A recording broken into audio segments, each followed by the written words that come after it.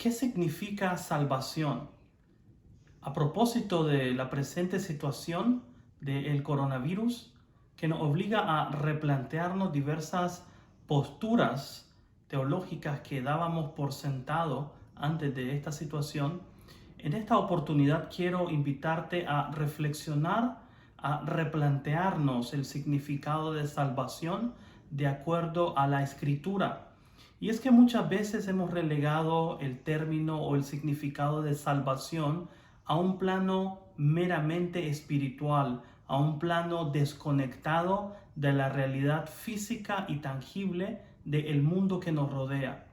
Y hemos escuchado frases como, por ejemplo, tranquilo, no temas, Dios tiene el control. Esa frase en particular es un poco problemática cuando la examinamos en el testimonio de las Escrituras. Por ejemplo, cuando miramos todo lo que sucede a nuestro alrededor, toda la calamidad que están sufriendo las naciones alrededor del mundo debido a esta pandemia, la frase Dios tiene el control pareciera ilógica, pareciera una forma más bien de echar la culpa a Dios. Y es una frase que te sugiero utilices con mucha precaución, porque la frase indiscriminadamente pareciera indicar, cuando echas un vistazo a las noticias el día de hoy, que Dios no está haciendo un buen trabajo con respecto a cuidar a su creación. Sin embargo, y esto tiene que ver con salvación, quiero que entiendas que el presente mundo, la presente situación de la creación de Dios, no funciona, no está funcionando como Dios la diseñó originalmente. Y ten en cuenta esto, dice la carta a los Hebreos en el capítulo 2, voy a leer del versículo 8, la Reina Valera del 60 dice, hablando del ser humano y de su posición en la creación, todo lo sujetaste bajo sus pies, porque en cuanto le sujetó todas las cosas, nada dejó que no sea sujeto a él. Pero todavía no vemos que todas las cosas le sean sujetas. Y este texto de la carta a los Hebreos, capítulo 2, versículo 9, es muy importante en nuestra conversación sobre lo que salvación significa. Y la salvación significa que Dios va a poner bajo el dominio de nuestro Señor Jesucristo todas las cosas que en el presente están ocasionando caos.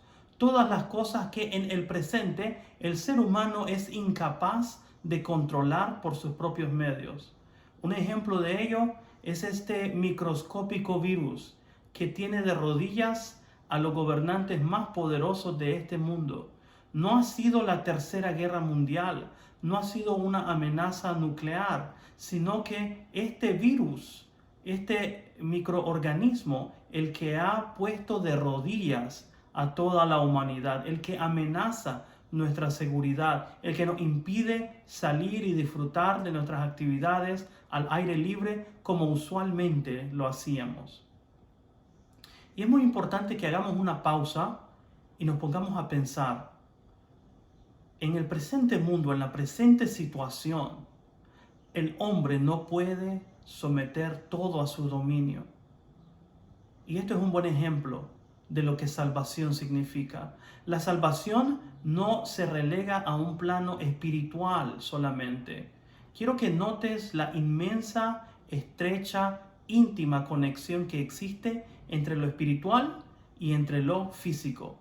Precisamente es lo físico, es este virus, es el COVID-19, lo que nos impide poder disfrutar al máximo en el momento presente de una relación con otras personas, porque tenemos que ver el distanciamiento social, tenemos que seguir las normas de seguridad, las normas de higiene para protegernos a nosotros y a nosotros mismos, y muchos lugares de adoración, muchos templos, muchos lugares de culto se encuentran cerrados físicamente y no podemos adorar a Dios como lo hacíamos antes de una manera comunitaria, frente a frente, precisamente porque lo espiritual está siendo impedido por lo físico y lo físico es impedido por lo espiritual. De tal manera que no debe de existir una falsa dicotomía, porque Dios quiere salvar tanto lo físico como lo espiritual. Dios está interesado en la salvación de toda su creación. Dios no está interesado solamente en la salvación del alma del hombre, que es lo que muchas veces nosotros consideramos es lo más preciado. Dios está interesado en redimir, en rescatar, en salvar toda su creación. Pensemos en la salvación entonces de una manera holística, de una manera integral. Y quiero que me acompañes a la buena nueva en Jesús que Pablo nos brinda en Romanos capítulo 1, versículos 16 y 17. Porque no me avergüenzo del Evangelio, porque es poder de Dios para salvación a todo aquel que cree, al judío primeramente y también al griego. Porque en el Evangelio la justicia de Dios se revela por fe y para fe, como está escrito, mas el justo por la fe vivirá. ¿Y qué es el Evangelio? Dice Pablo. El Evangelio es el contenido de la revelación de la salvación de Dios. Y el contenido de la salvación de Dios tiene que ver con la declaración de la justicia de Dios, de que Dios es justo, de que Dios es fiel y de que Dios no condena al que es culpable por medio de la fe en Jesús. Por medio de la fe en Jesús. Y solamente por medio de la fe en Jesús es que Dios puede declarar al culpable inocente. Es que el carácter de Dios se revela en el contenido del Evangelio. Escucha bien lo que Pablo nos dice en el verso 17. En el Evangelio, en la proclamación del mensaje de salvación de Dios, el contenido de ese mensaje es la revelación de la justicia de Dios en la persona y obra de Jesús de Nazaret. La revelación de la justicia de Dios en la persona y obra de Jesús de Nazaret. Eso significa que el estado de las cosas actuales necesita ser empapado, necesita ser sumergido, necesita ser transformado por el mensaje de la justicia de Dios. Dicho de otra manera, nuestras vidas y la creación misma necesitan ser revestidas de la justicia de Dios que es por la fe en Cristo Jesús. Lo que eso significa es que lo que nuestro Señor Jesucristo pasó en la cruz y Dios le resucitó es lo que Dios ha anticipado para toda su creación. El día de Pascua o la celebración de la resurrección de nuestro Señor Jesucristo es básicamente un anuncio de antemano de lo que Dios hará para toda su creación. Es lo que dice el apóstol Pedro en la segunda carta de Pedro, el capítulo 2.